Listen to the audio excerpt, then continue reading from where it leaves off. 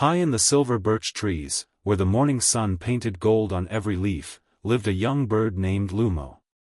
He was a starling with feathers like ink, speckled with white flecks that sparkled in the dawn. Lumo had only just learned to fly, but he carried something heavier than any twig or seed he carried yesterday. Lumo had been in his first flight race the day before.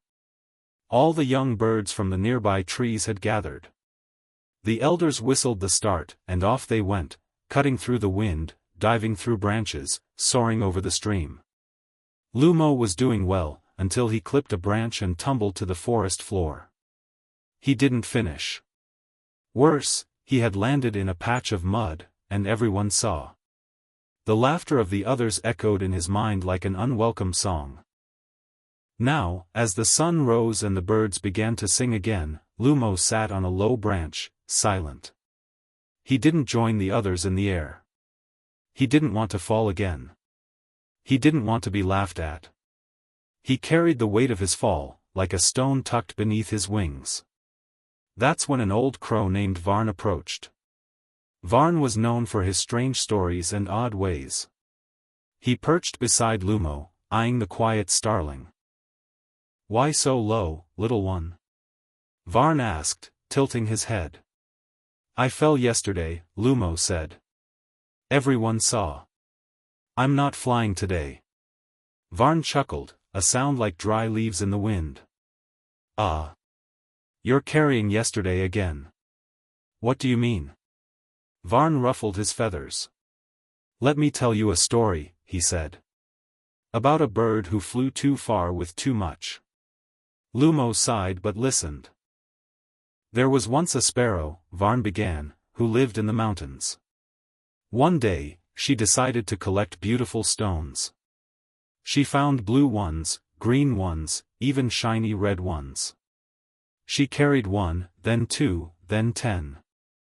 The more she carried, the harder it was to fly. Eventually, she couldn't lift off the ground at all." Lumo blinked. "So what did she do?" "She had to let go," Varn said. "Of all the pretty stones. Of all the weight. Only then could she fly again." "But those were just stones," Lumo muttered. "So is yesterday," Varn said softly. "You carry it like it matters now. But it's gone. The sky doesn't remember. Only you do." Lumo looked up. The sky was open, endless. Birds dipped and darted in the wind like leaves in a stream. He felt the ache in his wings, not from the fall, but from holding himself down. "Try again," Varn said. "The wind isn't yesterday. It's now." So Lumo climbed to a higher branch. He stretched his wings. His heart beat fast, not from fear, but from something close to hope. He leapt. The wind caught him. It was rough at first.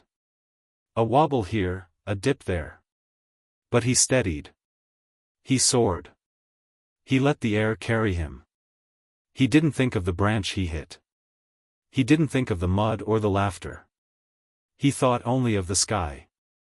Below, Varn cawed in approval. "Good," he said to himself. "Another bird who learned not to carry yesterday." And from that day on, whenever Lumo saw a young bird falter, he would tell the story of the sparrow and the stones, and remind them that flying is easier when your wings are free. You can't fly today if you're still carrying yesterday. Let go, and rise.